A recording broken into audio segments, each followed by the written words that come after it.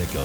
Well, good afternoon, everybody. Welcome to the Finding Your Happiness Show. We have a terrific show coming up for you today. Well, hi there. Hi. This nice, hot Las Vegas day. It's about 120 outside? Something like that. I think mine said something like 107, but I think it does feel like 107 in the shade at the airport, right? Isn't that what we've learned? Yeah, somebody told us the other day that the actual temperature here in Las Vegas is based on where the thermometer is placed in the shade in Las Vegas, so that it actually draws people to the area thinking it's about 10 to 20 degrees cooler. I completely believe that, today especially. Yeah, thanks, Jeff, for letting us know that fun fact about Vegas. So, Nickel, today we're going to talk about whether or not happiness can be learned. Weather? Whether or not. Whether or not. Hot or not. Hot or not. Yeah. So we're going to look at some of the conventional thoughts about happiness, where we've learned, I guess, how would you call it, our state of happiness. Mm-hmm. So how we grew up versus like how we are as adults. Right. Is it innate, or can we learn to be happier? Awesome. I think that's a great topic. I think we'll all learn a lot today based on that topic alone. But before we get there, Nickel, give us your praise moment for the week. You know, I have so much to be happy for this week. I think that one of the things is I have learned about wisdom, and that means learning from other people that have come before us and listening to the word that's going to help us get there. I've been with a lot of friends and family members this week that have been going through some challenges. I have a family member that's in recovery right now from a surgery on cancer, so we're just praying and hoping that everything went well for that. I have a friend that's going to be discharged from the hospital later this week that's been going through an addiction and some recovery. And I've just had a lot of people in my life share that they're feeling and having some challenges. And I think that part of why this is coming into my life is for me to listen to the wisdom that's around me and the knowledge and be able to share what I can, and at the same time be there for other people, but also know that it's not my journey to go through, it's theirs. And that is a hard thing because we often want to take on and help and love and care for people, but it's often something that we get to learn that there's a boundary that gets to be created on how we can do that. Yeah, I found there's quite a fine line between seeking advice from people and seeking wisdom. You know, I've noticed a lot of what's been going on lately is a lot of people giving advice, but not really having the wisdom, having not been there. Yeah. So, and I used to think it was the same thing. You know, when you sought advice for something, it was going to somebody that knew more than you did. And I've learned, and even in the book study that I'm doing right now, and then the study that just came up as a topic at church, it's all about wisdom right now. Right. So it's been great to be poured into my life, and so I'm very grateful for that. Interestingly enough, my praise topic for the week is almost the same, in that I am thankful for the people who do have wisdom in certain areas, because I'm learning that the more that I learn, Mm-hmm. the more I realize I don't know everything. Isn't Which that an is a ironic very thing? difficult thing for me to handle, Mm-hmm. because I typically have never been wrong. So You've never been wrong? Well, that must be nice. it used to be, but now I'm finding out that I'm never right. So I've got You're all never these, right now? I've got all these people that are pouring into me now that have wisdom on everything from social media to how to dress properly. And so I've been getting all kinds of great advice from people who actually know what they're talking about. Trust me, I'm getting plenty of advice from people who don't as well, but I'm getting some wisdom from those who actually know, which is helpful. Can we stay on that for a minute? How do you discern what is wisdom versus advice? Experience. Okay. I look at the experience that somebody has. For example, we all have advice to give, especially when we see people that are hurting or going through something. Mm-hmm.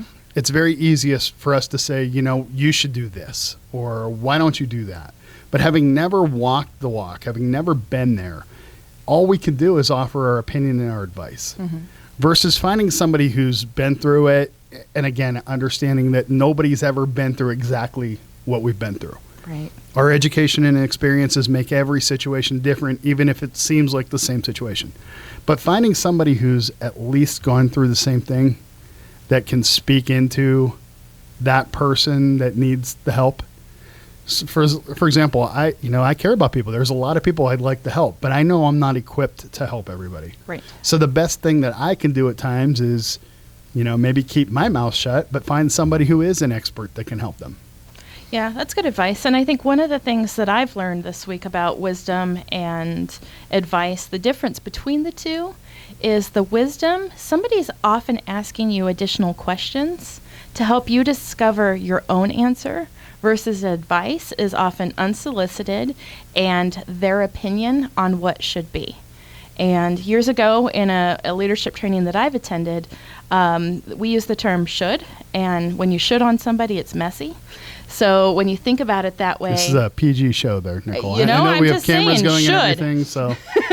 So think about that. It's a difference for me between that advice and that wisdom. Everything we've talked about so far just brings me back to the serenity prayer. Accept the things that you cannot change, and know what you're capable of changing. So, yeah. Interesting how that all comes together. Which kind of leads us into the topic of the day. So tell us more about the topic today. Can happiness be learned? Or is it something that we're just born with? Are we born happy people, or can we learn how to be happier?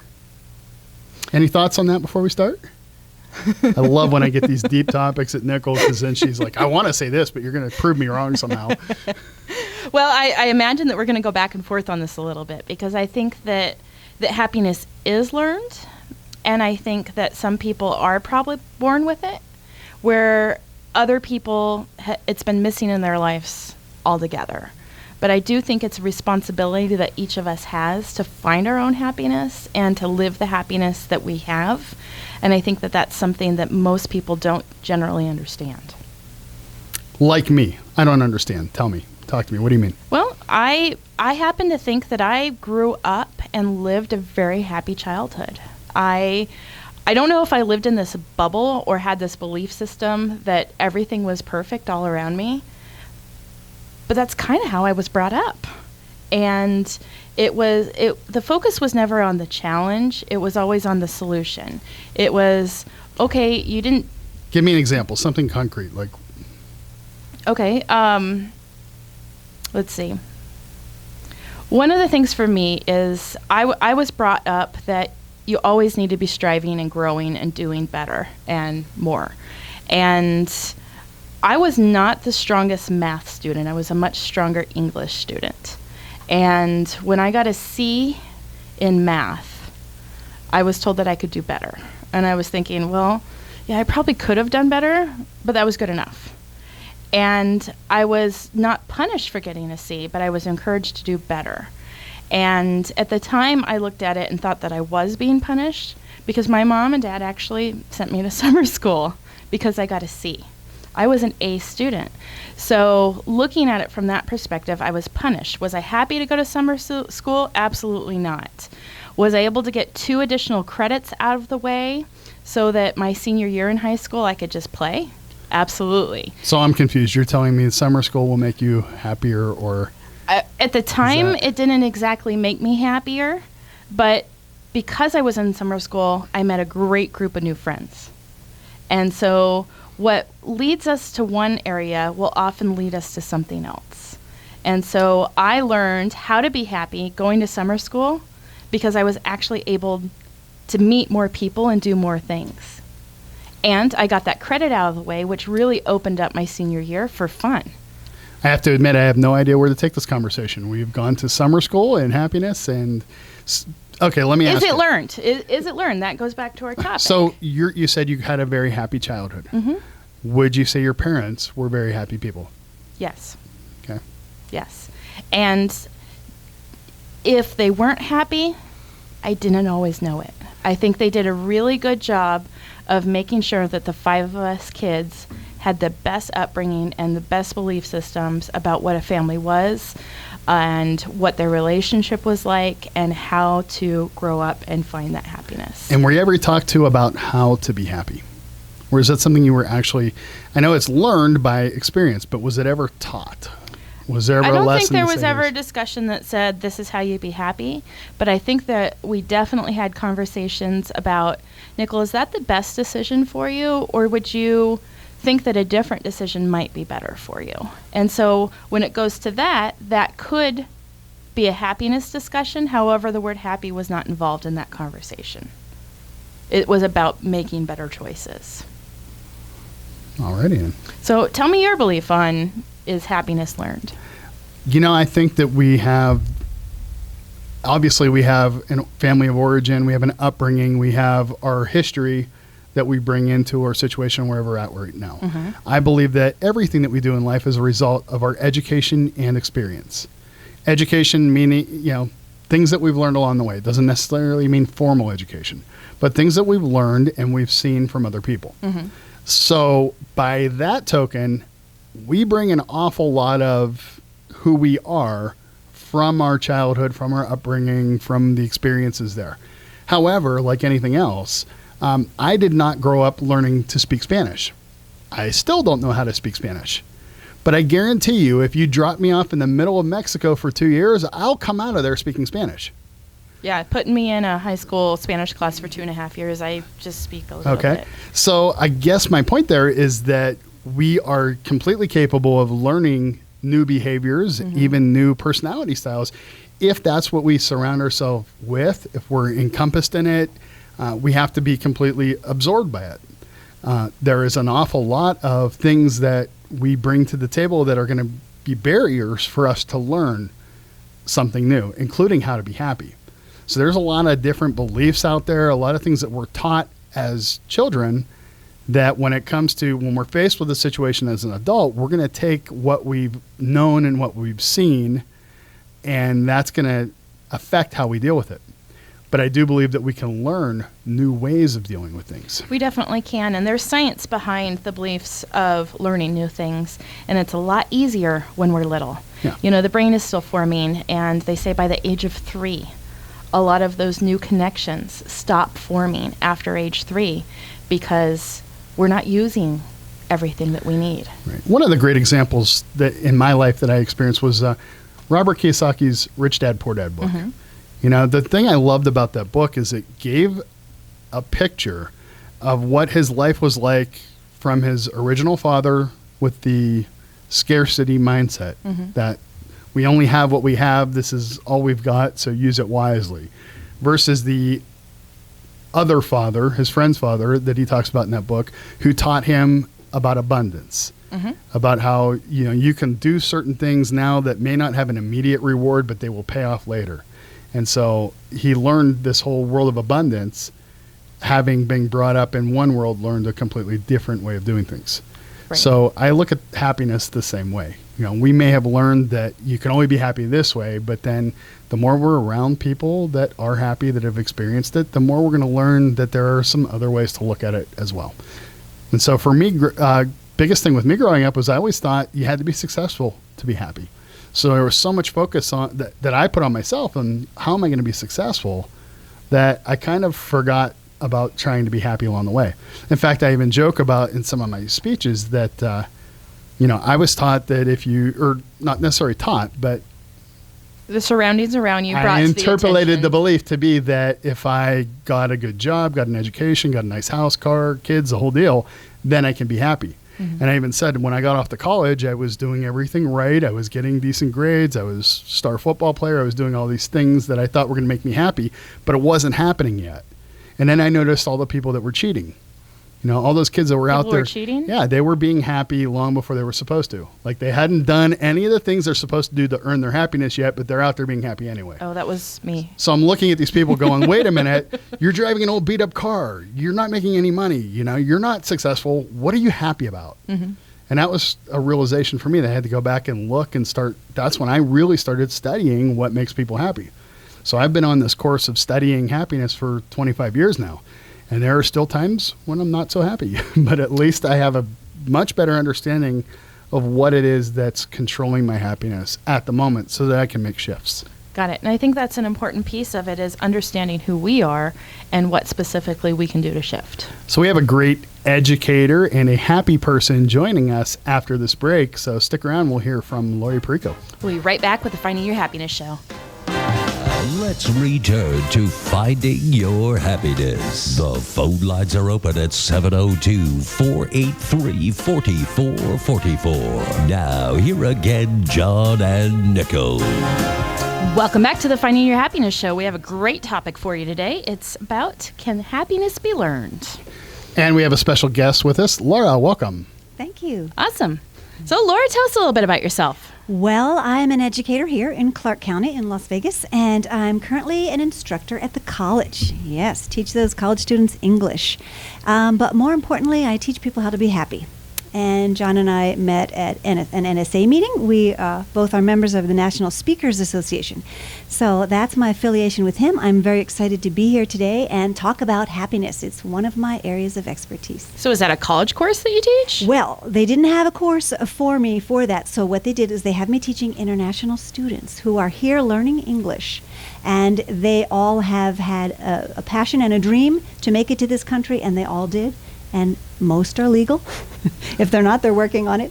And so no, the class is English with a slant on what happiness has to do with your life here in America. That's one of the neat things about teaching English. You can teach anything you want as long as there's something written for them, right? So it's your own curriculum. It's not something... Yes, it's reading, writing, listening, and speaking. Mm-hmm. And I have created my own curriculum, actually, the 7 daily habits. And if you follow these 7 daily habits, you will learn English quickly. So, my class is mostly about that, and we have a lot of fun. My students are a blast. You know, I taught kids for 28 years, and it was fun, but I tell you, teaching adults just makes me smile inside.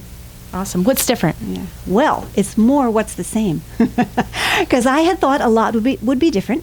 I taught teachers for several years to helping them. We had an initiative here in the district to help with teacher retention. As you know, teachers leave after 3 to 5 years. I don't know if you knew that. It's very difficult to keep teachers in elementary, middle school, and high school. Because they're not happy? I've been trying to graduate for like 15 years now, Yeah. and I still can't graduate. So Yeah.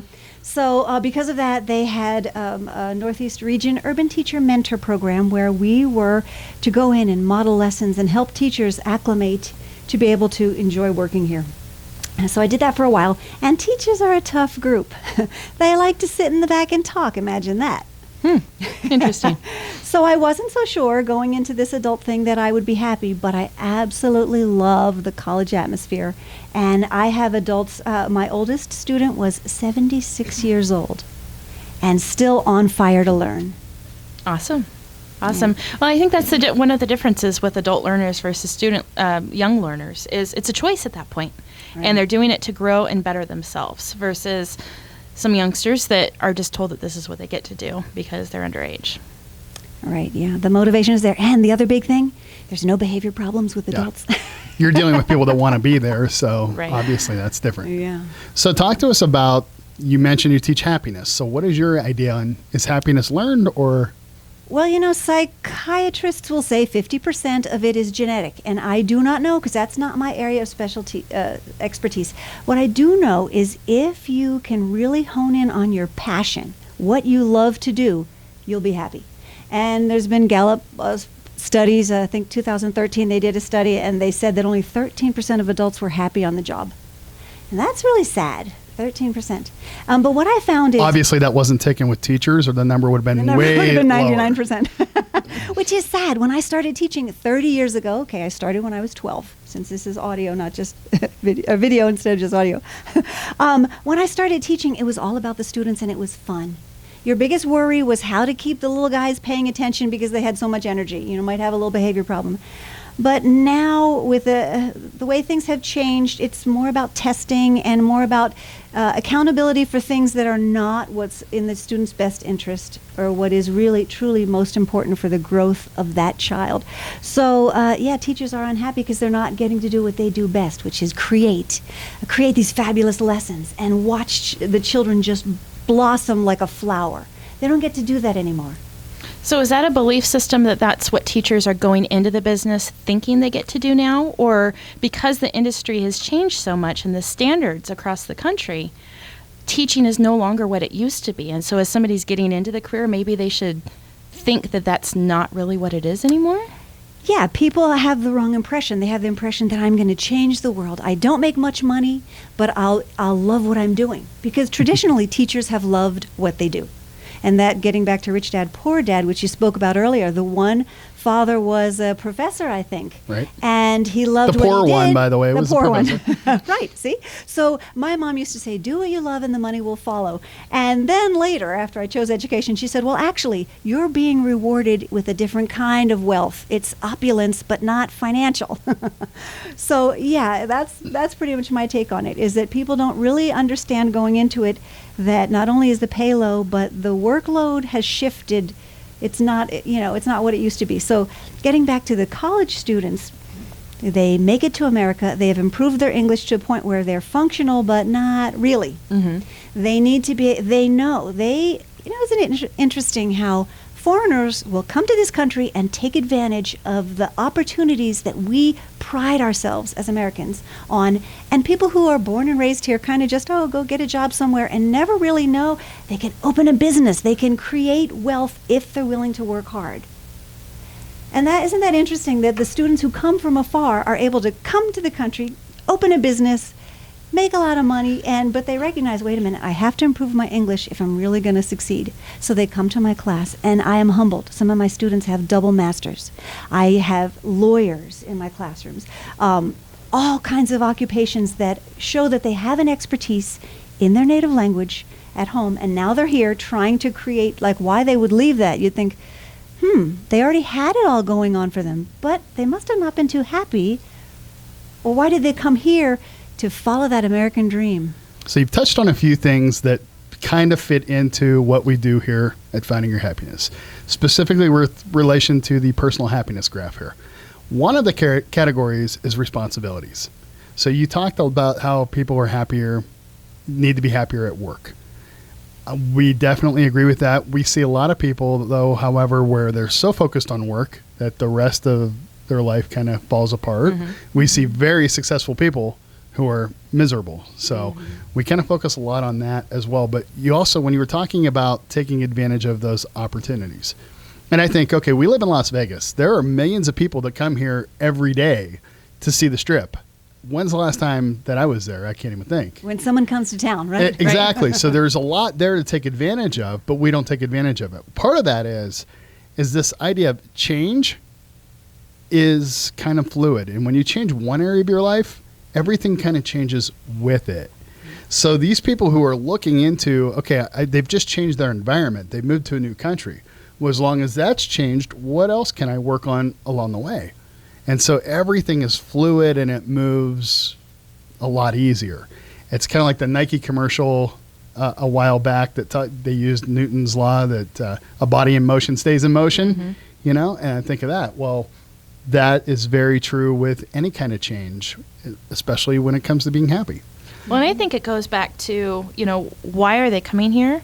Were they unhappy, or was it the opportunity that they saw to have something more and something even greater? And I think that's where a lot of Americans actually take for granted what we have, because it's in such abundance. Just like the Strip, we just don't notice it's there anymore.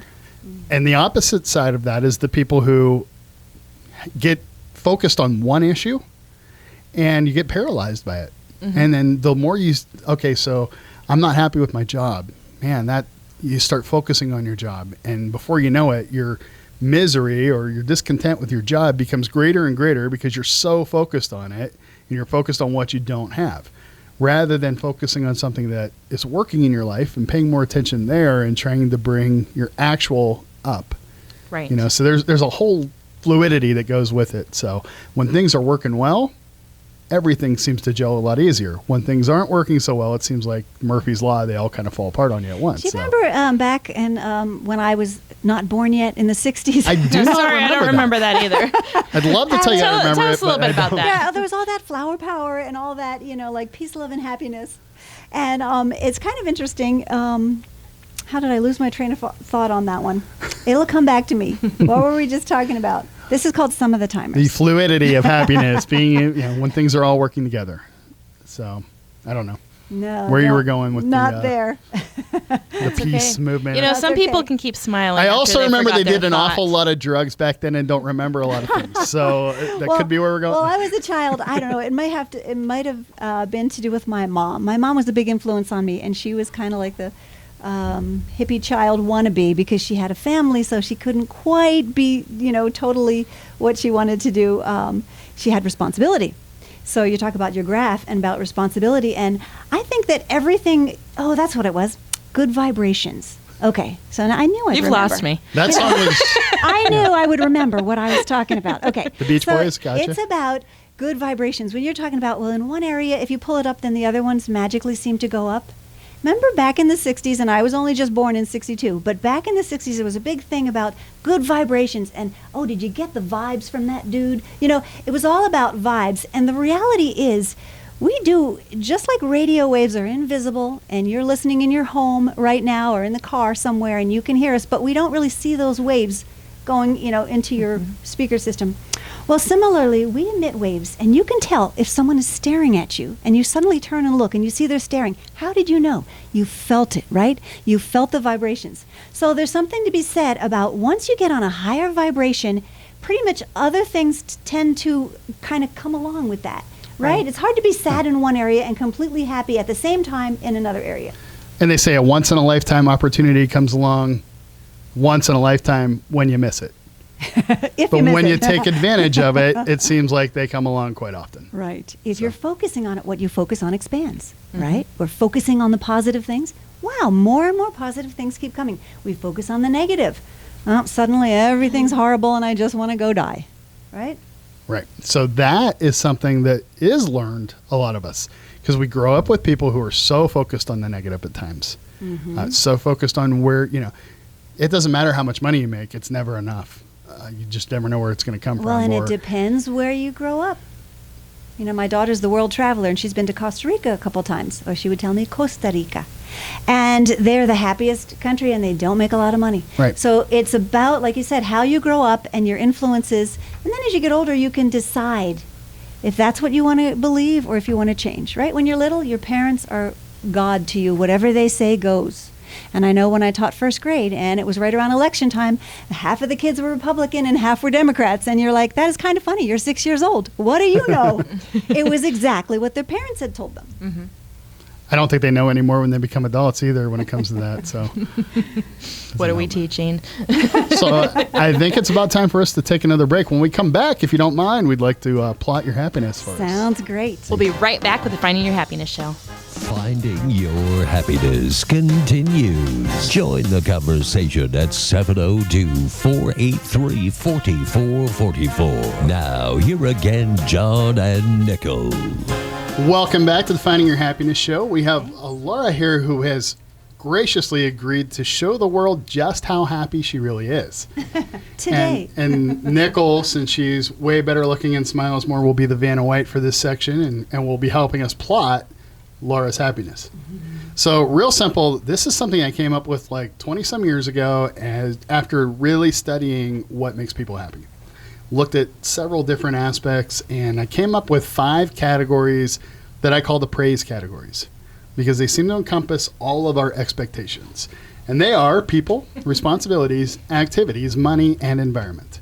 So just a series of questions for you, Laura. On a scale of 1 to 10, how important are people in relationships to you? 10. So Nicole's going to plot a 10 there for you. And same question, how important are your responsibilities? 8.75. Can you tell I'm a teacher? We You know what? exactness here. I did a workshop last month and people argued about decimals. So let's just pick an 8 or a 9. Close Let's to 9, just a little, round it. Okay. below 9. She's For fine. some reason, Nicole's all over it. for all the children listening out there, adults still have a hard time with decimals. So, how important are your activities? Not as important. Probably 5. Very interesting, as I would say. And how important is money to you? See, when you have money, it's not that important. So when you don't have Oh. money, well, you know what? That may not be true. So I will just answer your question. 6.5. She's going to be very difficult, I can tell. This is not true at all. Okay, how important is your environment, personal space to you? Personal space, give me an 8. Okay. Let's go ahead and connect those dots. Nicole's been doing this long enough. She knows exactly what to do. Very good. Okay, now Next set of questions. Okay. We're going to switch colors here. Give you the red.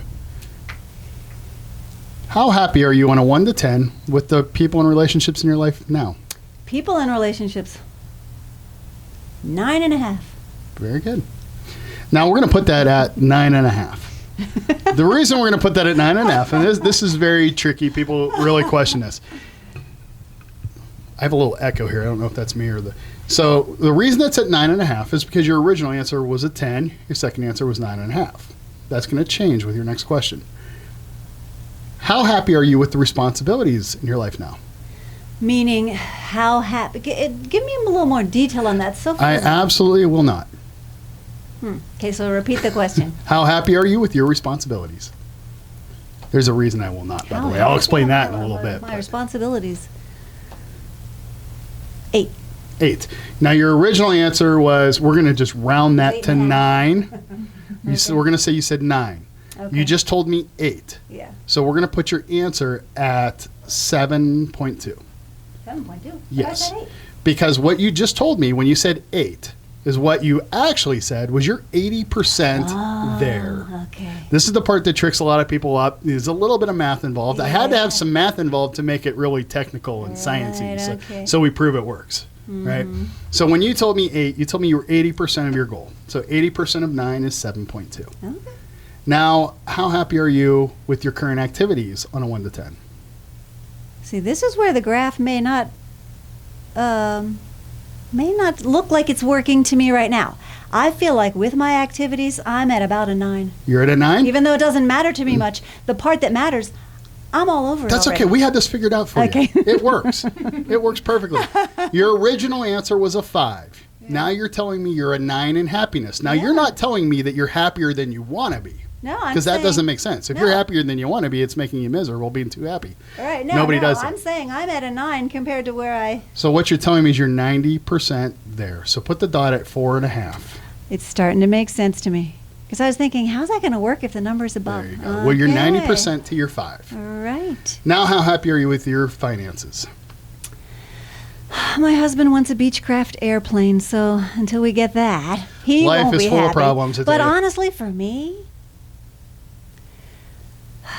let's say 7. 7. So the original answer was, what was the original answer there, Nicole? Help me out. It was like About a decimal 7? of about a 7. Let's say a 7. So 70% of 7, 4.9. Put it right at the 5. And how happy are you with your environment, your personal space? Personal space. Well, if I want to travel more, would that mean that I am not that happy with it? You have to Because tell me. of personal space, like we are planning a couple trips. So I would say 7. I love this, by the way. You're playing right into everything we're talking about. So your original answer was an 8. Your new answer is a 7. 8 times 7 is 56. So put it at 5.6, right in between the 5 and the 6 there. And if Vanna White would please connect the dots for me. Look at that. Very interesting. So I have to tell you that when we do this with people, the very first reaction is to see how high your lines are. And like the higher the lines, the happier I must be. Not true at all. Your real happiness is found in between the lines. So that blue line right there is a perfectly happy Laura. Okay. The second line, the red line, is you right now. Okay. So your happiness would be found in the distance in between. So I'd have to say by looking at that right there, you're pretty happy. Yeah, it's true. But I do have a couple of things that I can point out, as I Okay. do every time we do this. So no matter how happy you think you are, I can prove to you that you're not quite. No. You're going to prove to me I'm not That's that right. happy. I'm going to make you leave I here will show feeling you. like there's a lot of work to be done on happiness. So your areas of concern in your own mind are in money and environment. They're not big areas of concern. If you could just, yeah, there you go. Just, and can you circle from the top line to the bottom line right on the dots of money and environment? If you could see that there's a distance between those lines that's greater than any other Than line. the others, yeah. But as you were doing it, in your head, you were telling me the next steps to this. The next steps to the personal happiness graph would be for the reason it works. You had asked me at one point if I can make it, if I can clarify, and I said I absolutely will not.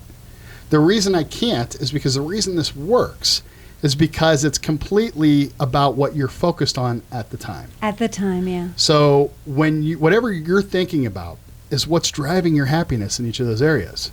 So when you ask me about environment, and I can hear your self-talk going, yeah, but I want to go on vacation. So am I thinking about my environment here or the environments I want to be in? That's what's affecting your happiness. Yeah. So even though you're having this conversation and you kind of muttered it a little bit to us, it gave me a lot of insight into where you're at with regards to happiness on environment. So you may be perfectly happy with your home environment, but you're thinking you'd like to travel more, and that's the environment. So that's where your happiness lies in that conversation you're having about which environment are we talking about here. Mm-hmm. So when we're talking about, money, your first response was, yeah, I'm so happy with money. My husband's going to buy a private jet or whatever. Because we do have those problems that we have to deal with. Yeah, we all have yet there. We all have third world problems we're dealing with. But I know, and we take other people on as ourselves because he wants that to be happy.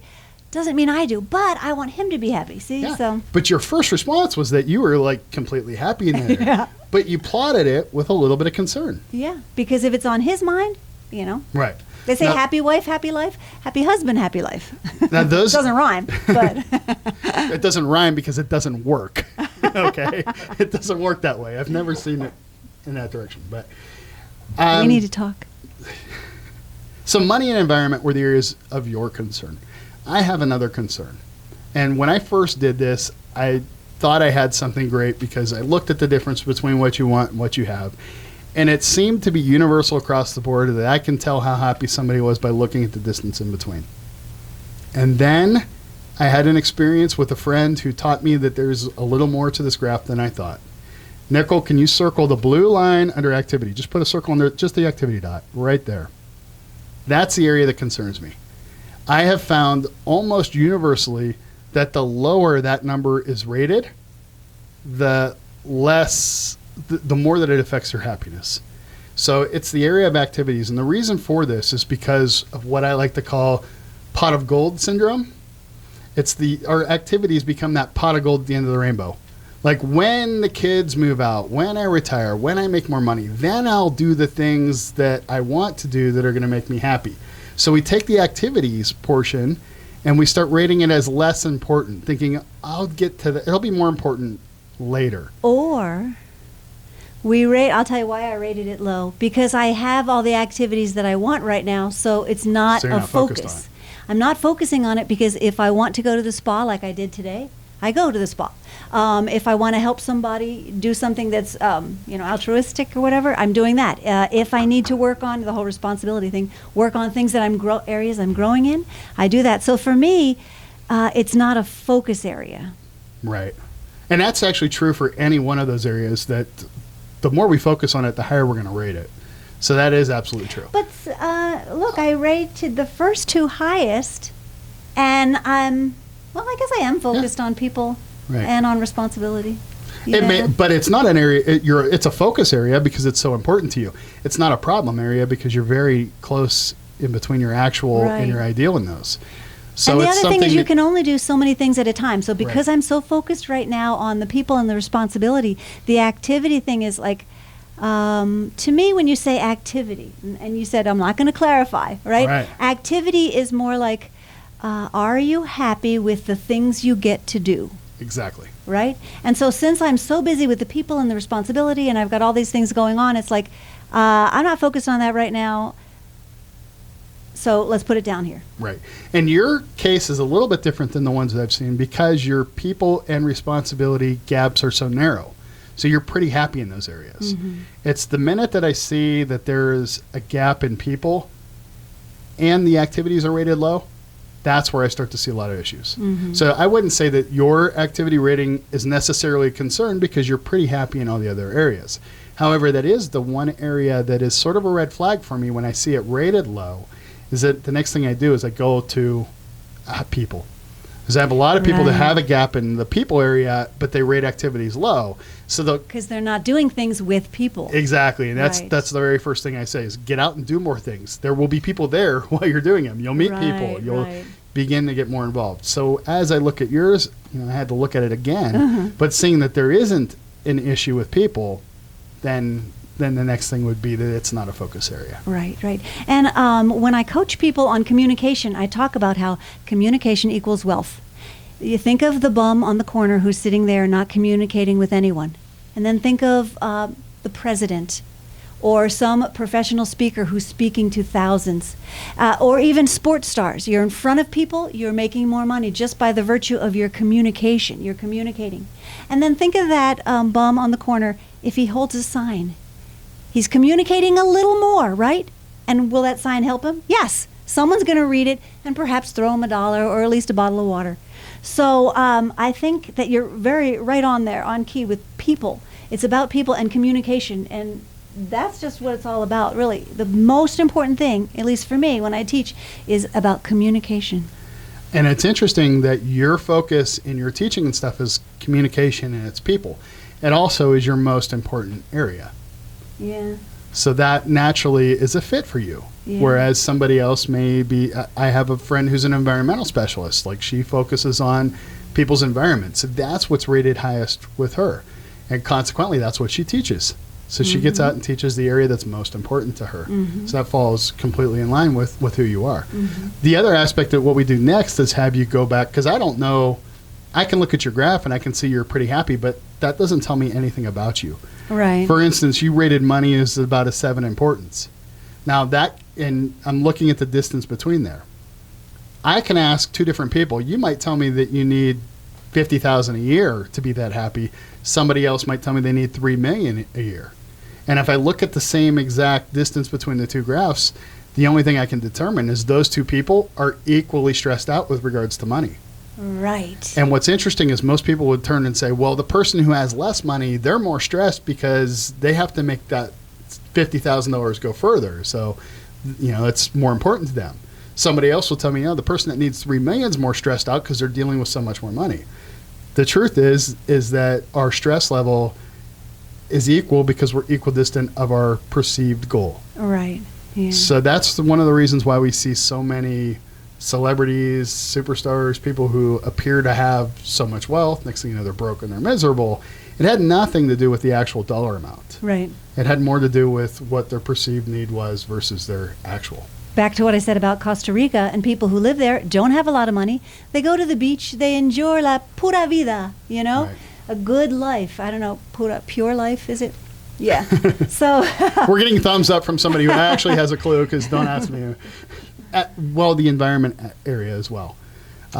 You mentioned your environment being wanting to travel and stuff. Well, yeah, and let me explain that. I have been online trying to plan and trying to coordinate a 2-week trip because, parents out there, you have kids, you can never get away unless you're lucky enough to have relatives who will watch your kids. Well, my daughter's 14, and if you have kids, teenagers are just like 2, 3, and 4-year-olds. You can't leave them alone. You can't even just leave them with friends. So it's been stressful that I excitedly have 2 weeks with my husband to have a wonderful vacation, and yet, where will we go? What will we do? Here's how much money we have, and here's what we can do. Wait a minute, we can't do that. So it has been a real focus about what do we do to not waste these beautiful 2 weeks while she's away at band camp. Just get out there and do it. Sometimes there is no trying, it's just doing. Plan that vacation and just go head out there. The thing about this, what I love about it, is the environment. I don't know what that environment meant to you until you just shared with us. Yeah. But I can look at that gap in environment, and it can mean so many different things to different people. When I first wrote the book, I had been a real estate agent prior to that. And I had a woman, I included this in the book, but I had a woman who was a customer of mine, and she told me exactly what kind of house she was looking for, all the things that she wanted in a house. I showed her about 25 different houses that seemed to have everything she wanted. And at one point I called her and I'm like, listen, I'm going to fire you as a client because I've showed you everything that you want and you're not buying. So what is it? Tell me the real story of what you really want. And she's like, well, you're going to laugh at me if I tell you. It's embarrassing. So I'm like, I got to know because I'm not showing you another house. And she went on to tell me that when she was a little girl, she used to walk up to the corner and get ice cream all the time. And it was so much fun. And she wanted to have a house that was close enough to walk to a Cold Stone ice cream. And all of the homes I showed her were outside of walking distance to the ice cream shop. And so I thought about it and I'm like, okay, so whether we're miserable with our environment, because it's too far to walk for ice cream, or we're miserable with our environment because we're in a war zone getting shot at. Either way, we're right. We're miserable. You know, it's just a matter of perspective. And so the moral of that story is I actually did help her find a house that was near the Cold Stone. We got her into the house. Thank you very much. And 2 months later, Cold Stone closed. So it just goes to show, what are you putting your happiness in? I know. And I actually quit selling real estate, or else I would have found her a new one next to another Cold Stone and doubled my sale. But You know, I would have just recommended she buy an ice cream freezer for the house. yeah. But you know, it's funny that the things that we focus on are really the things that drive our happiness. When we were asking you those questions, I could see the wheels turning and like figuring out what it is that you're focused on when you gave that answer. Yeah. Because whatever you were thinking about at the time drives your happiness in each area. Yeah. So for her, it was, man, I really want that memory of walking to the ice cream shop back. Well, and I think that goes back to our topic of the day, is happiness learned? For her, happiness was being at the ice cream shop. Exactly. It was being close by. Yeah. And so what can she do, or what could she have done to learn another substitute for that happiness? I would say take pictures when you're a kid and just look at those when you get older, and it doesn't matter where you live. But ultimately, yeah, it doesn't. The difference is, like, these 5 categories are universal. They apply to everybody. But the way we look at them are so different. And that's one of the things that I love about this, is that it applies to everybody no matter where you're at. Whether you're focused on taking a vacation or getting out of a war zone, your environment is still a focus for you. Mm-hmm. So. And, you know, one thing I noticed as we were plotting Laura's numbers is, you know, she did speak in decimal points about where she was. So it's obviously something that you've thought about in your happiness. It was, Well, more you came pretty precise than quick. a scale of 1 to 10, you know? Well, yeah, there's plenty of room between 1 and 10, but you found that you needed to be a 7.75. Yeah, people are precise. So you know, you're looking at that, but it probably shows that you're looking at what your happiness is, and you're making adjustments as you're going along. Yeah. And that's where some of your gaps are probably pretty close together because of that, because you're constantly adjusting. Right, and it's about goals, setting goals. So how do you, I tell my students, okay, close your eyes. Who can tell me what the 7 daily habits are to learn English quickly? And if they don't know them, I'll say, if you don't know what you have to do, how are you going to get there? You have to know what you want. You have to know what you're going to do, or you won't be able to do it. Which is exactly the next step. The very next step that we do in workshops is we have people sit down and write out, what does your life look like if you're completely happy with people, with your responsibilities? Because I get these people that have huge gap in responsibility. They're not happy at work. Well, what does it look like if you are completely happy? And I get the same answer I get from kids. I don't know. You know, if you don't know, you're not going to get there. So take some time and let's go through. And I've actually developed a whole personal development series that will walk you through finding your area of giftedness, figuring out your interests, so that you can get a better idea of what it is that you want. Because a lot of times we don't know, because we haven't taken the time to put pen to paper and figure it out. Right. So you're exactly right. It's getting that idea of, what is it that I want out of life? Where am I at right now? And one of the most interesting things is that a lot of times the quickest way to happiness isn't figuring out how to get more. It's about adjusting the top line and figuring out, okay, how do I put what I have in its proper perspective? How do I not focus so much on this issue? How do I not focus on the people category so much? Oh, I'll do more activities and I'll meet more people. It's getting your focus off of the problem and lowering what you want a lot of times. And I think, to clarify, as far as lowering what you want, it's making an adjustment to make it so that it's attainable and something that you can reach, something that you can adjust to. Lowering the line, not necessarily lowering the bar. So Right. it's a matter of changing your perception. Again, let's go back to the ice cream situation. You know, you may find the house that's perfectly happy, fits all of your needs, but you know what? It's still going to be too far to walk for ice cream. Or you find one close enough to walk for ice cream, and something happens like what happened to me several years ago, and you get in a car accident and you can't walk there anyway.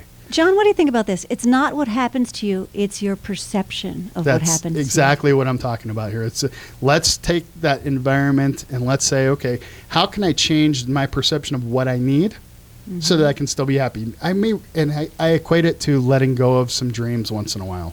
You you. know, And I would argue that sometimes if you have dreams that are so big that you don't know how you'll attain them, that gives you the fire and the juice to go out there and do whatever it is. They say aim for the stars and you might make it to the moon. True. However, at some point, you have to realize that if you're aiming for the stars, you're really just got your head in the clouds at times. Within Well, such and let me explain. I know what you're talking about. The kid who says, I want to be a rock and roll star, and they can't even play the guitar. And you're like, do you know how many talented guitarists don't make it? Let's face right? it. If I can have a goal of becoming a bikini model, but it's not going to happen, right? At some point, I got to realize I got to change that goal. There's always exceptions to everything. So you think of, did you read Napoleon Hill's Think and Grow Rich? Yes. Of course. He speaks of a man whose son was born without ears. And people probably told him, you're crazy. What kind of goal that he'll be able to hear? Come on. But he was able to reach that goal, which seems amazingly impossible. But if you have a strong enough passion for anything, think about the days when we just had log cabins and people walking around with the little candle to illuminate your little area. And then someone said, you know what if we invented something that you could flip a switch and have illuminate the whole room any time of night?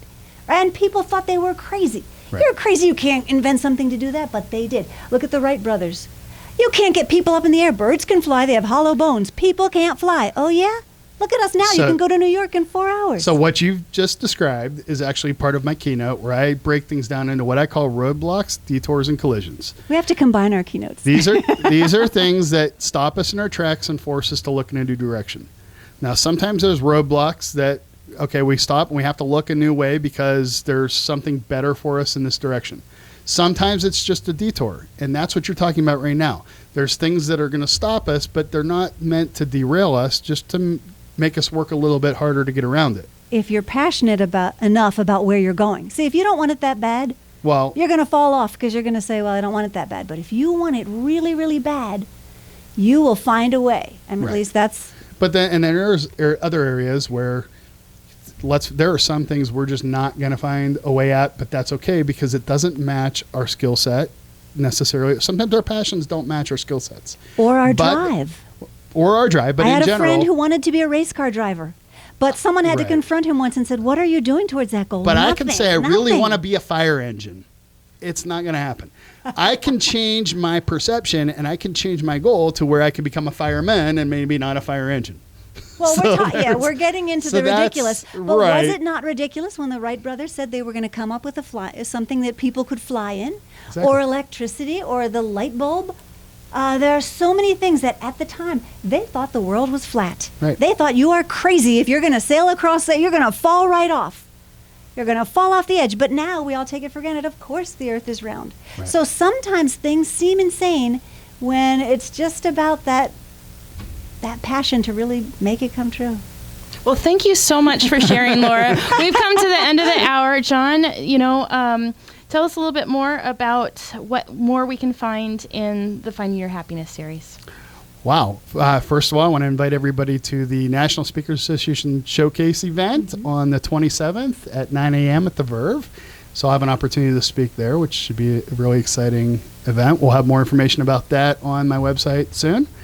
And other than that, check out johnpolish.com and figure out when our next... we haven't named our next workshop yet, but we do workshops on a monthly basis here in town. And we go deeper into the conversation that we just had as far as the thinking big, the growing big, and actually what action steps to take to close these gaps. Right. Yeah. John, happiness. Can I offer 5 free coaching sessions? Absolutely. Okay, the first 5 people that email me at the number 7dailyhabits.com with your name and phone number, I'll call you up and give you a half-hour free coaching session. Awesome. Thanks so much, Laura. You're welcome. Thanks for listening, and God bless. Have a great day. We have a great show. We've been talking about happiness and is happiness learned, and we left off before this last commercial break with a great conversation about, finding that right spot. So I think the consensus was that we can learn happiness, although we're kind of pre-programmed to look at things a certain way, but we can reprogram through the right avenues, being around the right people and the right systems, and just a willingness to make changes and learn. Definitely. And so that's where we're going to go with the second hour, is focusing on how to make some of those changes and some of the different ways that we can look at things from a new perspective. I think that's a great topic and great direction to keep going on. And so I'm going to jump in, and we kind of usually go along with the graph, but we're going to jump in with responsibilities right now. And one of the things that I do in some of my workshops is, you remember the Perfection board game? Yeah. the 1980s board game with all the little geometric shapes. So the way it is there's 25 different geometric shapes, little plastic shapes.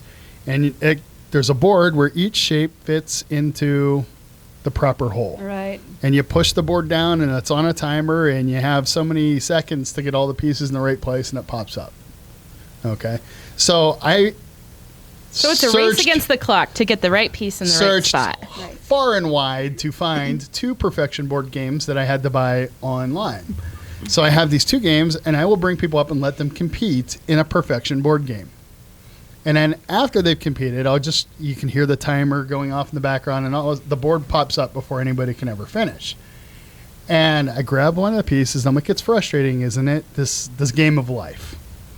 Because what it is we're really trying to find where we fit in. Mm-hmm. And a lot of times we try to force our way into places that were not necessarily meant for us. Mm-hmm. A lot of times we find out with careers or social groups or even relationships that we just do everything we can to try to nudge that, into the space and try to make it work, but doesn't quite ever feel right. And I think we do that a lot in our lives. And then there's other times when we take that piece and we stick it in the very first spot that it fits in. And it may fit, but there's a lot of wiggle room because it's not the right space. Mm-hmm. And that's the area that's dangerous for us, because when we get into that position, our needs are met, but we know that it's not really the best fit for us. But we're comfortable, we're taking care of, all of our needs are met.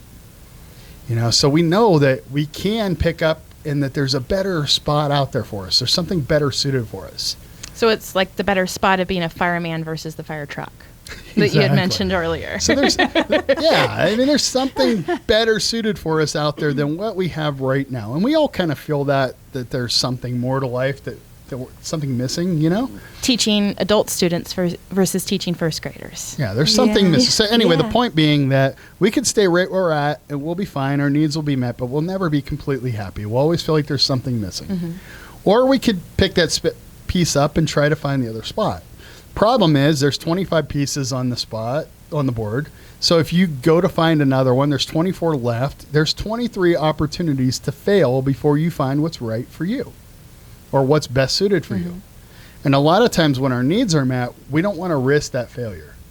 Or we feel like there's people depending on us, or we have responsibilities to take care of. So I'm just going to stay right here rather than finding what is best for me. Kind of like getting stuck in that comfort zone, huh? It's exactly it. It's like we've kind of pulled off the freeway and we're comfortable here, and we dream about going further down the road, but we don't want to get back on for fear of failure or loss, or fear or of success. Exactly. So there's all these different things that keep us in that spot. Mm-hmm. And then there's the piece that looks like the star. And sometimes we all want to be the star, right? So we start feeling bad that we're not the star. But you even are the star, John. Well, even the star is only. Hey, I like to think that I'm the star happy. of this show. She doesn't know us very well yet, does she? I don't. I only know he's the author. That's all I know. And I could not be anywhere with that. Nickel runs this thing, believe me. Joking. Not funny, because it's true. So anyway, we want to be the star. Mm-hmm. And then there's also that timer in the game. And that timer is what throws a lot of us too, because we start thinking, you can hear that timer ticking away and you think, well, I would really like to try this with my life, but maybe I'm a little too old, or, I won't have enough time to do that. And so time is ticking away in our lives and we just never get around to it, because that noise of hearing it tick is kind of a paralysis for us. So the idea being that, the more we can understand who we are, what our areas of giftedness are, it's almost like getting a roadmap to that perfect spot before we ever leave where we're at. Mm-hmm. Let's get an idea of what we're best suited to do. Do people actually check for directions before they head out on the road anymore? Just the girls. Well, you don't have to I just anymore. make sure my GPS is fully charged. Right. And so this is kind of like, let's get our GPS for our life in order, because we're never going to know exactly where to go, but we can definitely move forward with more confidence when we understand that I'm gifted in this area, so this is more in line with my sense of purpose. Mm-hmm. Rather than going, well, I'll try this and this and this, and this doesn't work, so I'll try this.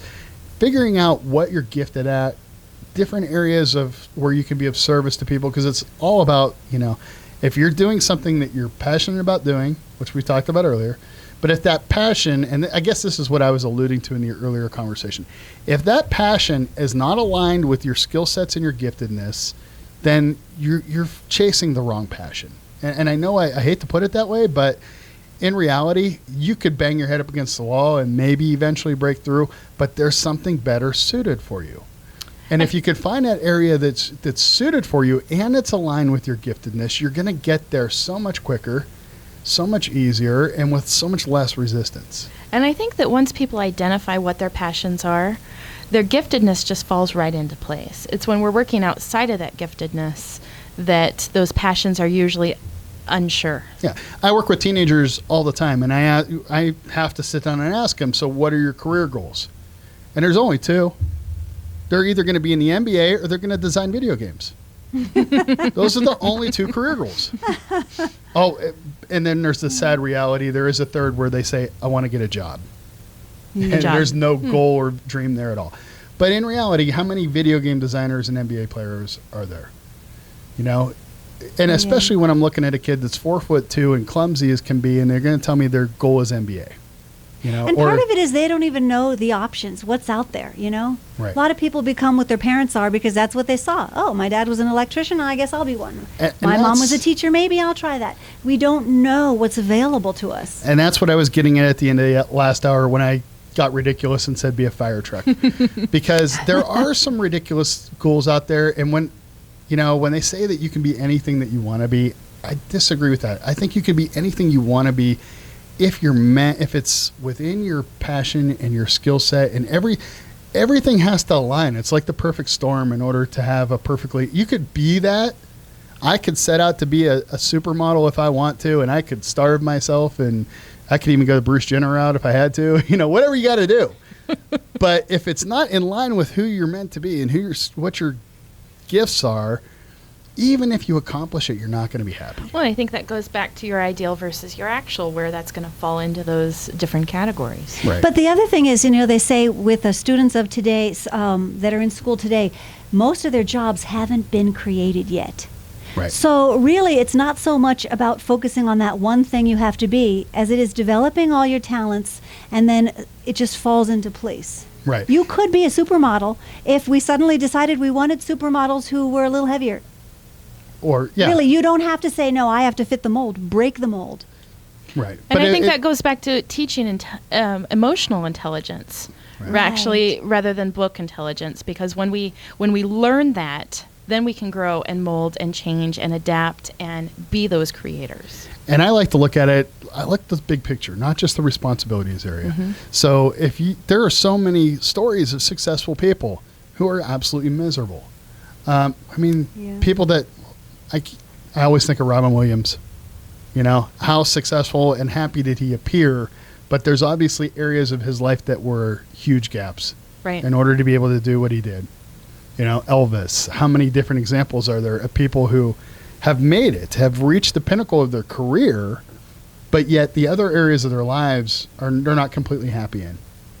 And so I think really focusing on where we get to fit in, is really the key to it. So I agree with you that we can forge ahead and we can make our way anywhere that we want to. But if it's in line with who we are, we're going to be happy doing it. And it's going to come easier. I think a lot of times we bang our head against the wall trying to accomplish a goal that really wasn't our goal. Right. How many kids do what their parents tell them? You're going to college. You need to do something that'll make great money. And then guess what? If you look at the successful adults today, many of them are doing things that have nothing to do with their college degree. Yeah. Yes, get a college degree, but you don't say, well, you don't make enough money in that field. Because I used to be a proponent of that. Having my second child, in a few years going to college, I was thinking, okay, I need to guide her towards something other than flute and piano. Yeah. She's really gifted in drawing, but what can you draw? Well, you know what? There are a lot of things that good artists can do that make good money, and it can't be about the money. It has to be more about developing the skill and then honing in on what you want to do that job may not even be created yet. And I love what Jenna Stanfield was saying when she said that she was taking up space in somebody else's dream job. Yeah. It's possible for us to be able to work our way into a position, but if it's not what we're gifted at and where our passion is, it may be what somebody else wants. So we're trying to take somebody else's dream spot when in reality our own spot is out there somewhere. Right. And I think going back to the college conversation, it's about keeping that momentum going. You're still learning, you're still growing. As you keep that going, and that's what one of the things that you write about is it's keeping in motion. Yeah. Because when you stop, that's when those roadblocks, collisions, and detours happen. But when you stay on that path of education, you're staying on that highway and that superhighway where more is apt to happen. I love that you just quote my speeches. It's awesome. Because I have a speech called Life is a Highway. She's heard me do it before. And literally it is, okay, we can get off this highway at mile marker 2 and make a life for ourselves and everything is just fine. But if you continue down that highway, how many more opportunities are you going to see between mile 2 and mile 200? There's plenty of different opportunities, plenty of things that can happen. And that's the reason why they say a lot of college, people with college degrees are more successful than those without. Yet, very few of the people that I know that have college degrees are actually working in the field they got their degree in. But the idea was that they were on the road moving when an opportunity arose and they were able to shift lanes and keep going. So there's plenty of opportunities that will open up for us as long as we're willing to keep going. Yeah, and if you can't afford college, learn online, learn here, go to the bookstore. Right. I mean, there are ways to learn that aren't necessarily traditional. And it's just about that idea that you're still moving. Yeah. You can still move online. You're still moving forward with your life. You're not getting stuck in a rut. And so as long as you're moving forward, you're going to have opportunities come your way. And so that I think is the key, is really the key to finding happiness in general, is to pick yourself up and keep going and look for those opportunities as they come. Because they will never meet you in the middle of the wreckage. In the middle of your pain, in the middle of everything you're going to, opportunities aren't going to come and find you in the middle of it. They will find you when you're willing to pick up and move forward. They'll be there. Definitely. So, I think it's time for us to take a break. Come back. We'll be right back with the Finding Your Happiness show. Let's return to Finding Your Happiness. The phone lines are open at 702-483-4444. Now, here again, John and Nicole. Welcome back to the Finding Your Happiness show. So we've been speaking about, can happiness be learned, and how it all relates to the personal happiness graph and the 5 different categories. So we've talked about responsibilities. We're going to move over to activities now. And the idea of activities. So do you think that we can learn to be happy with activities? So think about the things that you do for fun. And how did you ever start doing them? And were they always things that were meant for you? Let's have those kinds of discussions now. Awesome. So Laura, what do you think about that? Well, I think that there's a difference between pleasure and enjoyment, which you can get from activities, and then satisfaction and achievement. So if you're doing things that make you feel satisfied, like, for example, I can say I am very satisfied when I teach my students because I luckily love what I do. But then you can say, well, it's really pleasurable and enjoyable to go watch the sunset with a glass of wine. They're both activities, but we kind of use a different barometer to measure the happiness. Right. And that's why when I do this, I try to be very clear about separating the activities that we do as part of our responsibilities, which would be the satisfaction stuff that you're talking about, versus the activities that we do that are just for us. Because we have a tendency to go back to those activities that are part of our responsibilities more often than we do just the fun ones, for a lot of people. For me especially. For example, I actually enjoy working on the seminars and the books and all that. For me, one of my perfect days would be to sit in a Starbucks or something and sit in a coffee shop and write all day and develop these plans. However, that's also geared towards my responsibility. That's part of what I do that fulfills my sense of purpose. Totally different than having a pool day and just kicking out by the pool and playing games. So I try to be very clear about distinguishing between the two, even though they are absolutely both activities. One of them is geared towards my sense of purpose, and one of them is about getting away from the responsibility altogether. And I think that that's part of what drives our top line in our responsibilities is that ideal. It's that having that fun in our area of responsibilities, and where our actual comes in our area of responsibilities, because that sense of purpose is in alignment based on that responsibility. So, So there's I an can see what awful you lot of mean by work that we do in responsibilities about having fun while you're working and making sure that it's aligned. But what I'm talking about here is just taking a break from the daily grind and just playing. And it's interesting to see how people define it, because originally we, as we plot the points, we don't talk about how you want it defined, but how we define it as we're doing our own graphs. But as we dig deeper and look at the different areas of discontent and the areas that we want to focus more on to find that happiness, it is definitely about separating that a bit. It is, and it again, can't emphasize enough how important the activities are within your responsibilities. And I actually wrote in my Healthier, Happier Business book a lot of different fun things you can do at work to keep that going. So that is hugely important. What I want to talk about now, though, is just the things we do for fun. And what are some of those What things? if you work for fun? Teachers, especially when I was teaching kindergarten, my gosh, it was fun. Now, some people would say, and many parents told me this, how can you, no offense, my child is in your class, but how can you enjoy that? Right. So the perfect, the ideal scene, I would think, for most people would be to have the two married, where what you do for fun and what you do for work are intermingled. For example, the guy who teaches skydiving, and he absolutely loves it. He gets to do the fun thing at work. The kindergarten teacher who loves teaching kindergarten. You're putting those two together. But I know a lot of kindergarten teachers who go out and have fun in other ways as well. So that's... And I think it just goes back to the topic of the game perfection. That's exactly what it's about. It's finding that right piece for that same right place and making sure you're working in your area of giftedness, because then it does become fun, versus the kindergarten teacher that says, oh, it's Friday night, but I still have these lessons plans to make, these copies to make, these papers to cut out, and a field trip to plan. Oh, but wait.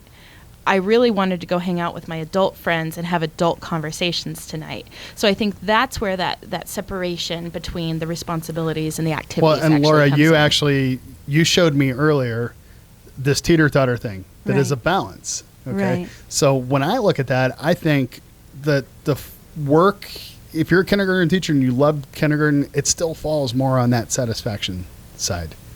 Whereas there's got to be something, whether it's just going to the gym or something that you do on the recreation side, something that is your downtime where you're not thinking about work, that helps you to keep that balance. So obviously we want to be happy at work, but we also want to be happy away from work. Right. As well, I think, for most people. Yeah, So- for most people. But you think of someone like an artist who their happy time is drawing, and that's all they want to do is draw. And you come over and you have to drag them away to go get dinner. Right? The absent-minded professor. You're like, come on, let's go get something to eat. Oh, wait a minute. I'm just having too much fun doing my work. Right. So, Nicole, tell us some of the things that you do for fun just to get away and take a break. Well, it's one of the things Laura said. She went to the spa. I love taking time for myself. I've mentioned in a previous show, I take a hot bubble bath every single night. I love reading, and I'm an extrovert, so to actually sit down and read doesn't always happen, but I love listening to an audio. I love being out and taking photographs. I love sitting on a swing and playing like a kid. I love being around people, and so a lot of my activities are centered around people, but two of the three I just shared are more of an introverted activity. Like I said, being by myself in a bathtub and reading a book, those are things that are away from people. And I think that there's different ways that we recharge and different things that we can do. I love cooking. Most people say, oh, it's such a drag, but I love creating. I love touching the food. I love knowing that there's a plan for my week or a meal that I get to create for somebody. And there's just, everybody finds something a little bit different. Right. I read something years ago about that said if you work like a desk job, if your job is mentally stimulating, that when you take a break, it's better to find that you become more energized if your downtime is spent with physical activities, like whether it's working out or playing tactical games or whatever. Whereas if you do manual labor, a lot of times your downtime is spent with more like reading or intellectual, or watching TV. Yeah, whatever it is, but that you're find enjoyment we actually tend to find balance. If we work in one direction, we find our recreation in another. So where I absolutely agree, and everything that you said about being happy at work, I feel like complete happiness would be that total well-rounded being where we can take a break from that and do something completely different. I love sitting and writing and putting together workshops. For me, my enjoyment comes in riding motorcycles or playing games or getting out and doing something a little more active. Well, I think- Variety is the spice of life. Exactly. And I think that that's where most people, they get in that hamster wheel or that constant, comfort zone is I'm going to keep doing the same things over and over. Mm-hmm. It's when we're learning something else or challenging ourselves to do something else or being invited to do something different that really makes us grow and enjoy something. Because had your daughter or your daughter-in-law not invited you to the spa, would you have gone? No. So now you're like, wow, this is one of my new areas of activity that I could really get used to. Yeah. But it was a matter of somebody pulling us out of our norm and saying, come do this. It's pulling us away from that paintbrush and say, you know what? Come look at this new art exhibit because you might get some new inspiration. Come watch the sunset tonight because you might see a new picture. Not only that, so here's another thing that I went through. Working an awful lot, working long days, or when work was really my main focus, even whether it was fun or not fun. You work, you go home, go to sleep, next thing you know, you go back to work, and it feels like you were just there. Autopilot, you probably got right. there. And I'm like, that man, way. well, I was just here. How am I just getting back to work? It feels like I never left. Insert something into your day after work that is completely non-related to what you do work-wise. So, okay, you work behind a desk all day. You go home and you're playing games or playing, life-size Jenga or whatever what it is that we're out doing. You do something fun away from friends. You go back to work the next day, and it feels like it's been an entire weekend since you've been there. Mm-hmm. The amount of time has not changed, but we don't get in that rut of, man, I was just here. The old Dunkin' Donuts commercial, time to make the donuts, and the guy drags, if you grew up back east, you know what I'm talking about. At 4 California a.m. girl, have no idea. Yeah, so they show this guy like 3 a.m. Welcome time to make the donuts, and he turns around, I made the donuts. Time to make the donuts. Like that's his whole life, right? We get stuck in that rut when that is our focus. When our entertainment is the same as our work, eventually they mold together, and our life feels like work. I'm guessing the guy at Pink Box Donuts does not feel the same way. You've You've seen the direction he goes with donuts. And whatever the direction is, I don't know. I'm not a pink box expert, but I think no matter what we do, it is good to take a break from it and get away from that daily grind, refocus, re-energize. I tell you what, if I get away from work and I do something fun or something even different, it might not even be fun. I might be working on, for example, I just remodeled my house. So I come home from work, I work on the house. Before I go back to work, and it doesn't feel like I was just there. It feels like I was just painting my house. You know what I mean? Right. Even though I've worked longer hours, I've done more things, I feel more energized when I get back into work. Mm-hmm. Yeah. Just because it broke it up. I speak to people about becoming more childlike. And it's all about doing, like you said, doing fun things that you wouldn't, like as adults, we get so sedentary. When I taught kids, it was all about having short activities because you knew they needed to move. And then when I began teaching adults, while it's true that they can't sit for more than 20 minutes, they oftentimes would rather sit than move. I'll say, it's time to take a break. And I have this famous expression, if the bum is numb, the brain is the same. But some students, adults, I find will still sit there with each other during the break. And I'm like, move, go get a drink, go to the bathroom. Because I know the brain-based research, they need to have that blood circulating. But they know that as an adult, they kind of just want to sit. And I feel like if we could be more childlike, if we could go out in nature more. My goodness, even the modern kids don't go outside. Yeah. They don't go to the park. They don't run around. How many people listening right now can say that in their neighborhood they know at least 7 different family members on the block? Most people know 2, the person right in front of you and the person to your left or your right. Right. And I've been in those meetings with teachers where they're 2.5-hour meetings where they tell you have to keep changing topics every 10 to 20 minutes. But they're 2.5-hour meetings that never change the topic. So we're in the back of the room texting and talking and doing anything but listening because as they're telling us to do it, they're not doing it. So again, I completely understand that, mixing things up, mixing up our lives a little bit, not all work, Yeah. So. And isn't there something magical about being outside, even if it's just at a park? Take off your shoes and put them in the grass. Just feel the grass in your toes. Or if there's a volleyball area, Unless you're put allergic to your feet grass, in the but yeah. sand. Huh? Unless you're allergic to grass, then don't do what we just told you to do. Well, I had a health and nutrition coach that actually encouraged the connection with earth, regardless if it was concrete in your backyard and that's all you have, or rocks or sand or grass, whatever it might be. But do that first thing in the morning and really get connected. Breathe in the air, regardless if it's 110 degrees outside when you wake up or if it's 30 below. Get in touch with the earth and be out in an environment, because what happens is we end up in artificial lighting. We end up in an environment that has walls and maybe a couple of windows that you can see out of.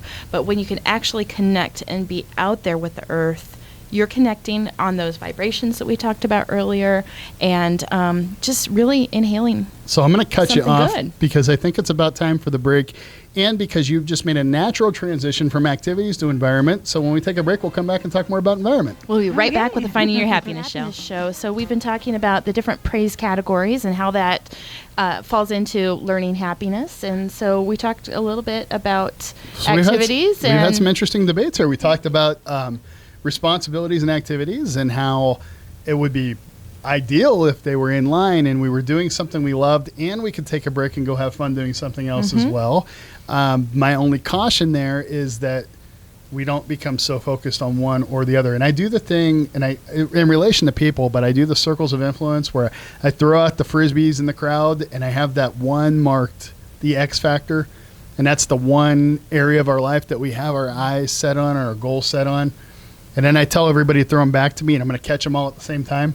And of course, I only catch one or two. Don't be a spoiler. So I know, but I mean, it's kind of hard.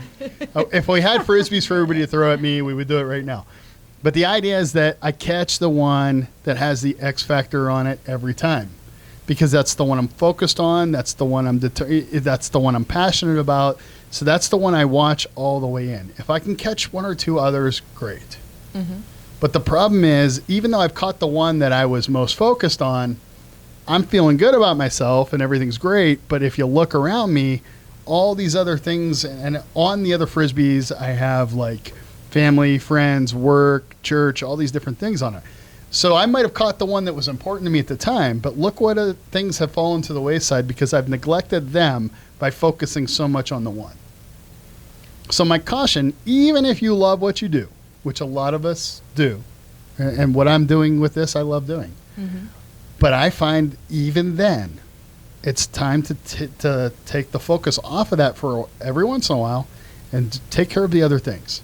Take care of the people in my life, the other responsibilities that I have. Get out and play. Do something silly. And I'm in the middle of making like my backyard into a playground with all kinds of just toys just to have fun. Because I need that to re-energize. Because if I focus too much on work, even if I love my work, eventually it's going to drain me.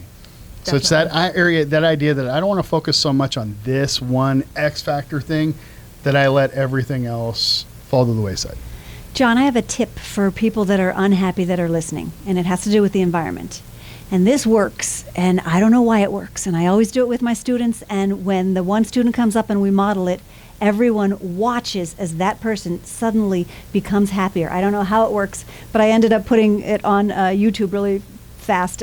You could just search Professor Pareca and you'll find it. Anyway, what you do is you take someone who's not that happy, or you could take someone that's happy, whatever. They will end up moving up in the happiness graph. So what you do is, it's an environmental thing, is you say to the person, let's pretend that Nicole is a little bit unhappy and I want to cheer her up. That would never happen. I would start to find things around. Let's say we're outside best, but you could still do it inside. I'd say, Nicole, look at the tree. And she would look at the tree, and all she has to do is acknowledge, okay. And I'd say, thank you. Okay, Nicole, look at the sky. Oh, look at that cloud. And you continue to point out things in the environment. And little by little, and I think it's because you're not in your past and you're not in the future, you are brought back to the present. And the person who you're doing this with will elevate their mood. And I really, aside from that little ditty about it must be because you're in the present tense, I don't know why it works. But it most assuredly works. And you can even do it inside. Look at the table. Look at the table, Nicole. Thank you. It's a nice table. Okay, look at John. Well, that's going to make her happier no matter what. So, of course, this works. Man, Okay, I talk would about a foolproof plan. I would like to share a little bit of why I think that works. Okay. And it's I hear because some NLP training here. okay, it Is is. that it? Yes, it's about the gratitude. Okay. You ended each of those things. Look at the tree. Thank you. Look at the table. Thank you. It goes back to gratitude. It's what we're centered on. When we find that gratitude and share that happiness and stay in that area of gratitude, we don't have room for negativity. We're all about We're on a good vibration. exactly. So that's another way to look at it. So tell us again how to find that on YouTube, because Well, I know that I don't know how to spell your last name. Oh, just search Professor Porreca, Porreca. And I want to add to that, another thing that you did in that exercise was that you changed your focus each time. Look here, now turn your head and look at something else. So we're, again, in my keynotes, I say turn and look in a new direction. Well, that's not just for major life things. I tell kids obviously I teach high school too. So I told my kids this year something that I'd never told them before, but I told them when you're taking a test and you can't figure, and you know that you've heard it before, but you can't find the answer, remember that we wrote the answers on the ceiling. Look up, right? And they're like, Look they up. thought I was crazy. And then after a while, I see them all going, You know, the brain-based research behind that, you're accessing different parts of your brain when you look up. Right. And And it- you're actually changing the chemistry of what's going on. So when a crying child looks up, the chemistry actually changes and they stop crying. That's And why you're the parents changing- say, look at me. You're changing Right. the focus, especially if you have a test in front of you. The test is the center of anxiety. The minute you've turned your gaze away from that, especially looking upward, now you're focused more on your knowledge than on the anxiety of the test. And so if you've heard it and you know you've heard it, you recall it much quicker. Definitely. So again, it goes back to the more we focus on a problem, the bigger it gets. But if we can change our gaze a little bit, we see things differently, and things, changes our perception. So a great way to change the environment then, right? Just change what you're looking at. That's right. And a great way to be happy. If you're not feeling very happy and you don't have anyone around to help you with it, go outside, acknowledge different things in your environment. Right. And, if you don't have somebody around, why not just go somewhere where there are people? Yeah. If You you know? can't stand the way you look, quit looking at the mirror. Look at something else. Or maybe go do something so that you can change how you look. That Okay. could work too. So we're talking, now we've moved to environment, and we're talking about changes there.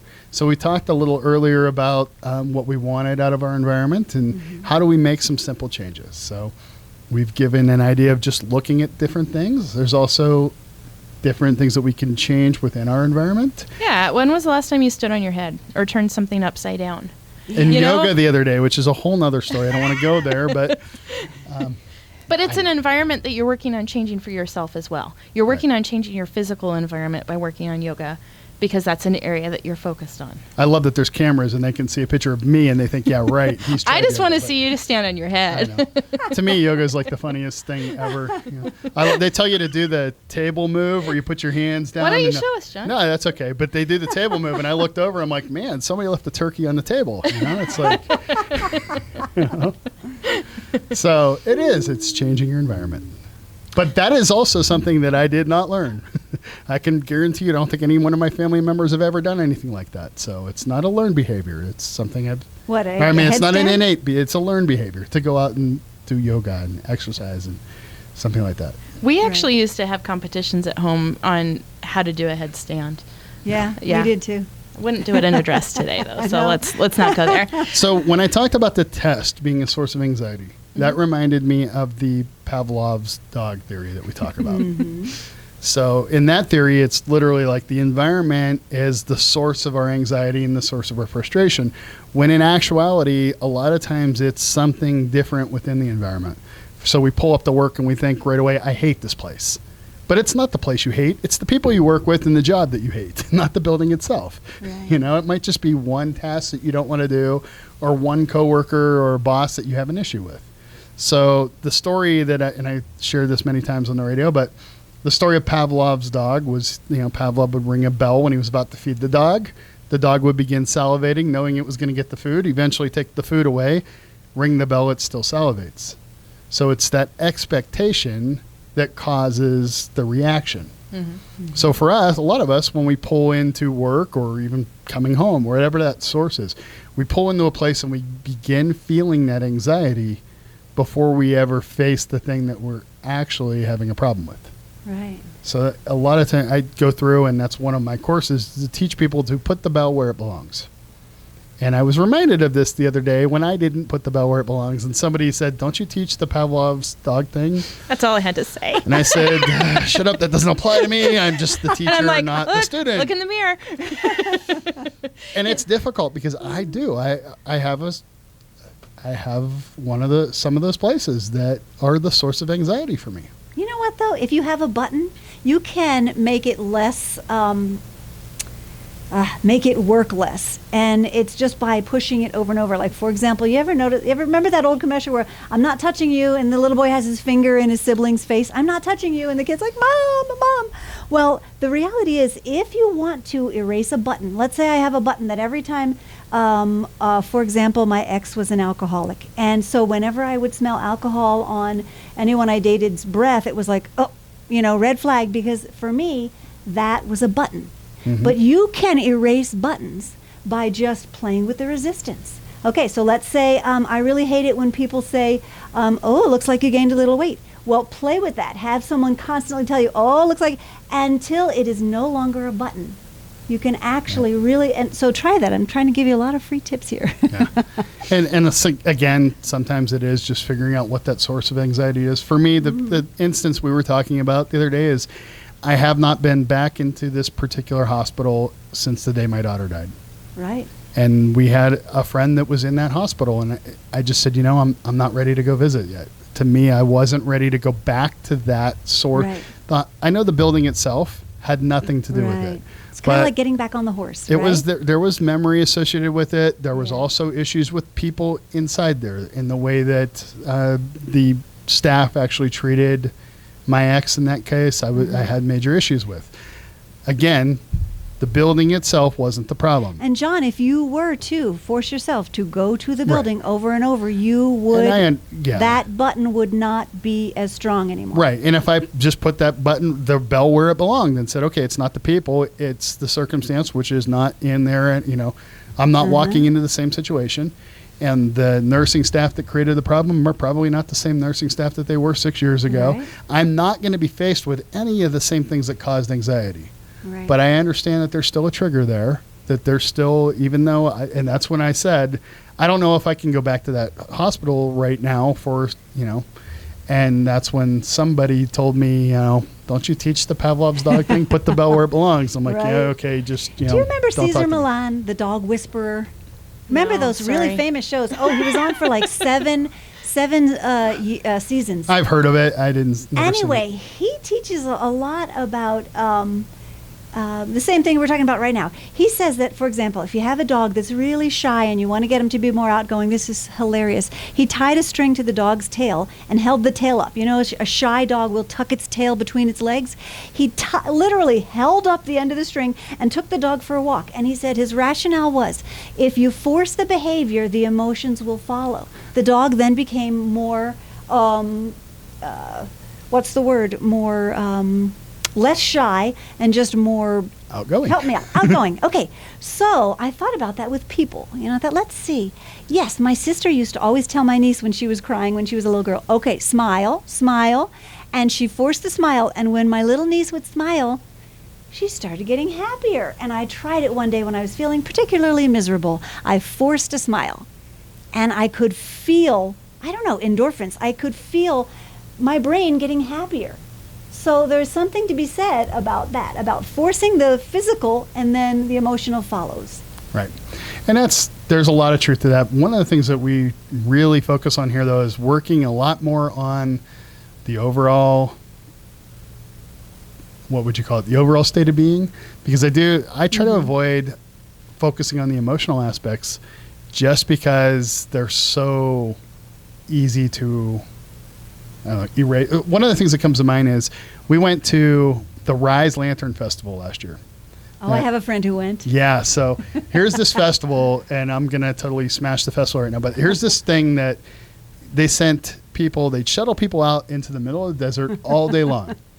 And then you get out there and you can write all your hopes and dreams and wishes on these lanterns, and you light them up, and 10,000 people send their lanterns up into the sky at one time. Beautiful, amazing. Make sure that you have an opportunity to do it at some point in It your was life. a wonderful event filled with, billed as this hope and healing and happiness event where, you can have all your dreams and wishes sent up and your prayers, whatever. And it worked. And you walk around and there's 10,000 lanterns going up at one time and everybody's feeling great. And then the event ended. And all 10,000 people tried to board the shuttle buses at the same time. And I'm standing next to a guy who is literally kicking in the mirrors of the buses as they go by. Everybody's screaming and angry. And I'm thinking, I can do seminars that can talk about happiness, and I can get people emotionally charged and get them feeling happy. I could sell a whole bunch of stuff, but that happiness will only last until somebody cuts you off in the parking lot. That to focus on the entire person, and I never want to be that person. I want to make people happy. I want to get up there and speak and charge a crowd, but I never want it to be surface and emotional. I always want it to be deeper. And the thought is that while we have that and I do a thing with cups, and I have that happiness cup that we keep filling with all things that the emotional stuff, but there's another cup, and that cup contains our hopes and our failures, our miseries, our disappointments. And at some point during the day, the happiness cup works because it masks the misery cup.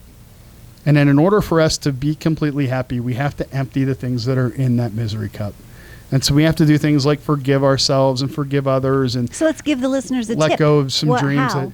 Well, that's exactly it. So you have to spend some time and say, you know what? I forgive people that have done me wrong. I forgive myself. I have to let go of this expectation, or I have to change this expectation, and I have to do these things that are going to empty this cup. And then keep doing the things that are going to fill that happiness cup. Keep working on the emotional stuff.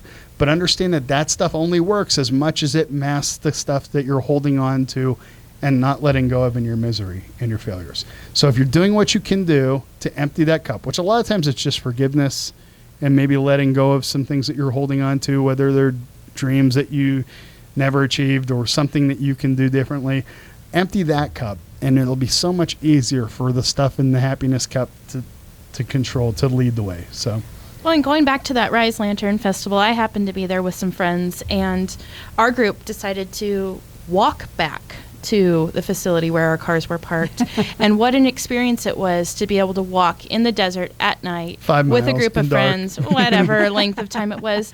But it was just a matter of a change of perspective. We didn't have to stand in line and wait for those buses to show up and get dusty and everything else. There were other things that could happen that evening. Right. So, and the whole point of that is that that stuff works, but it only works to the extent that we're dealing with everything in our lives and the complete person as well. So, I'm all about making sure that we work on each of the areas in our praise categories, doing the best we can to be well-rounded individuals and have balance. So that I think balance is the key to the extent of what's important to you. What the things that are most important to you are the things you should work on and focus on the most, obviously. And let's do the best that we can to narrow the difference between what we want and what we have. So with Laura, that, we're... thank you so much for being on the show with us So today. we've How gotta do we wrap find up. you online? Oh, well, you can email me. I haven't got my web up and running yet, so unfortunately that won't work. But 7dailyhabits@gmail.com. If you want to email me, I'd be happy to speak to anyone. Just leave me a message. I'll email you back. Awesome. And today's episodes will be archived on johnpolish.com under the Finding Your Happiness show. And so thanks for listening, guys. Have a good night and God bless. Have a great day. Bye-bye.